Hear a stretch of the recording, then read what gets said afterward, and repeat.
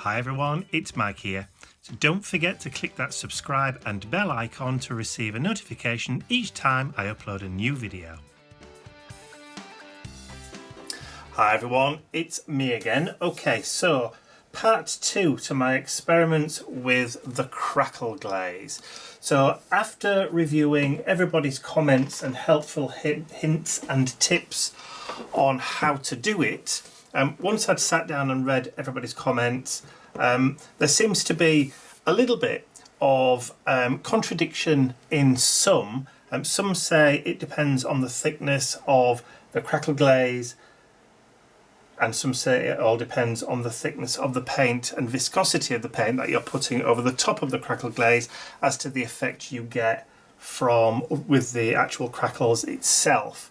So putting it on with the spatula seems to be a no-no, and also putting the paint on in different directions and overworking the top coat seems to be a no-no as well. So what I'm going to do today is I'm going to try an experiment where I've already pre-painted the canvas. Now, it was already a pre-gessoed canvas, so this time what I've done is I've actually painted over the canvas with black acrylic, not gesso this time.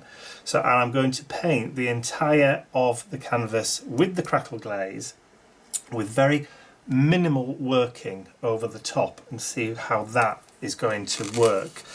Once the Crackle Glaze is dry, I'm going to use a slightly larger brush than I did before. Once the Crackle Glaze is dry, I'm going to use Dina Wakley paint, but I'm going to water it down slightly so that it is, or it's not, quite thick. So I'm going to put the Crackle Glaze on the canvas with the brush quite thinly, which is why I'm using a slightly bigger brush, and I'm going to try and just go in one direction, and that's nothing to do with a pop group. So get me with my popular culture references. Not that I know who One Direction is, or are.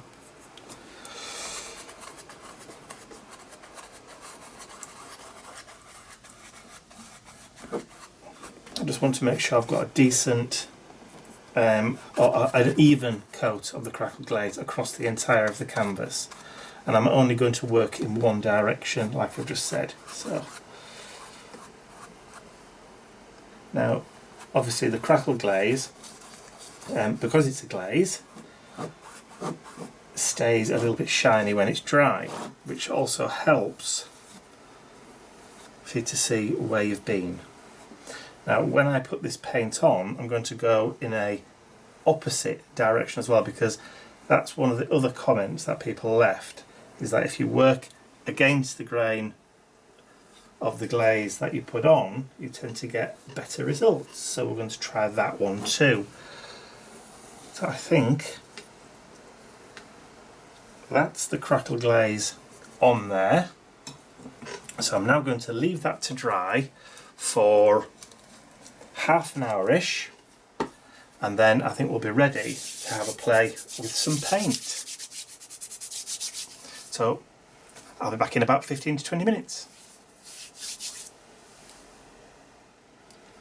Okay, so the Crackle Glaze is now dry. I've partitioned off the canvas into two sections just using some masking tape. I've pushed the masking tape down so that it limits the possibility of it getting underneath like it did before. Hopefully that's going to work okay. Now I've got some Dina Wakley Peacock paint, which I've added some water to just off the side of the camera here, just to make it a little bit more viscous than what it normally is. I'm hoping that this is going to work.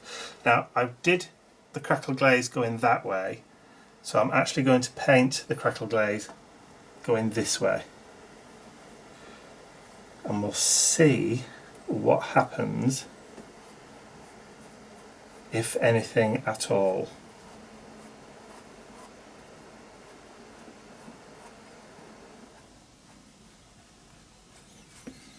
I know people say try not to overwork it, but it's difficult trying to get the paint on. You can't do it in one brush stroke. You have to do it in more than one brush stroke.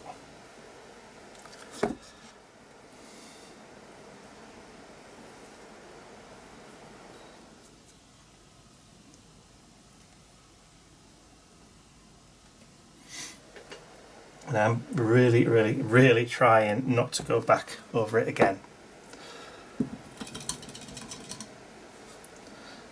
So that's one side. Yeah, you can already see the crackles appearing in that. So this side, I've got Dina Wakley lime.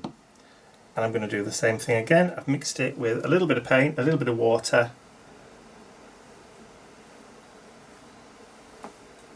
We'll see if we can try and get it on as quickly as possible.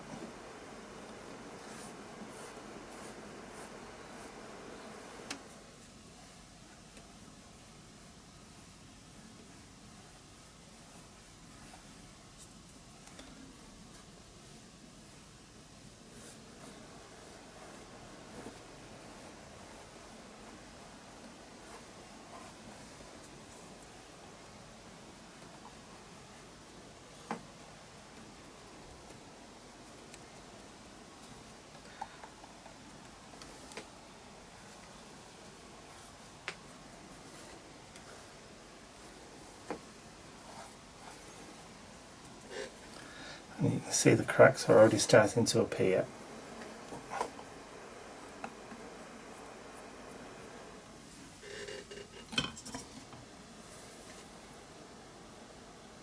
Interesting.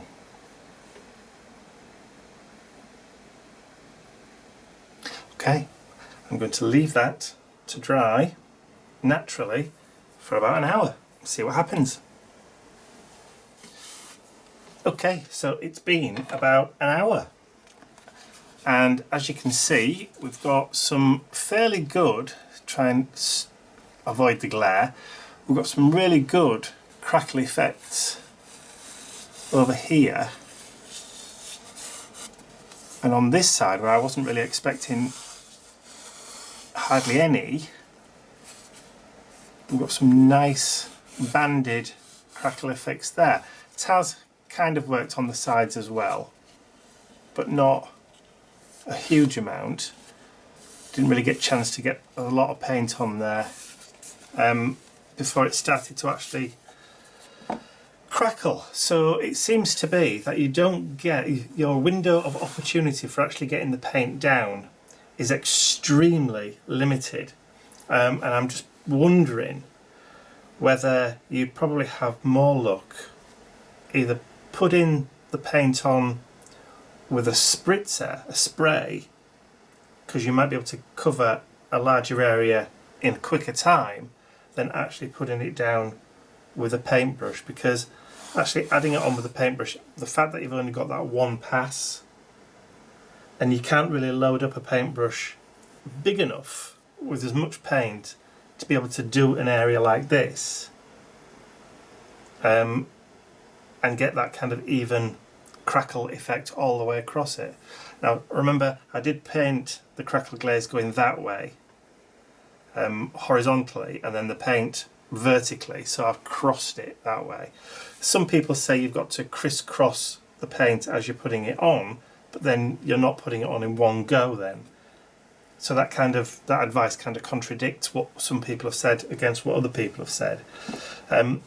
So experiment number 2, I've got more consistent crackle effects doing it that way than I did with experiment number 1, which was this one, which was crackle glaze on with a trowel and then thick paint over the top, crackle glaze on with a brush, and then thickish paint down in one go.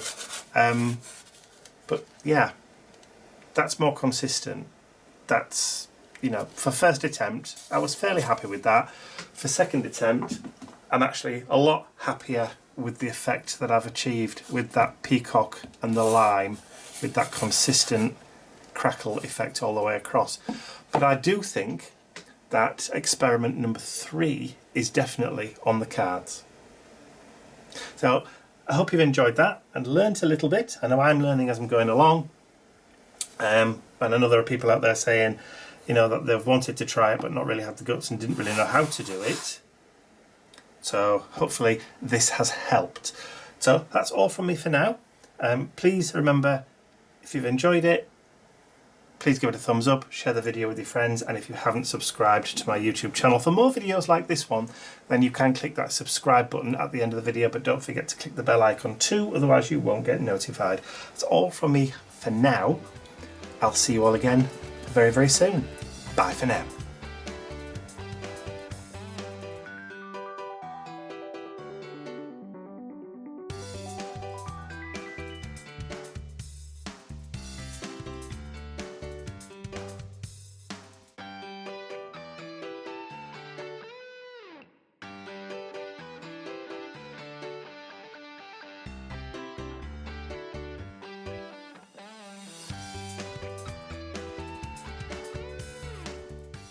I'd like to say a huge thank you to all of my angels, because without you, these videos would not be possible. Thank you.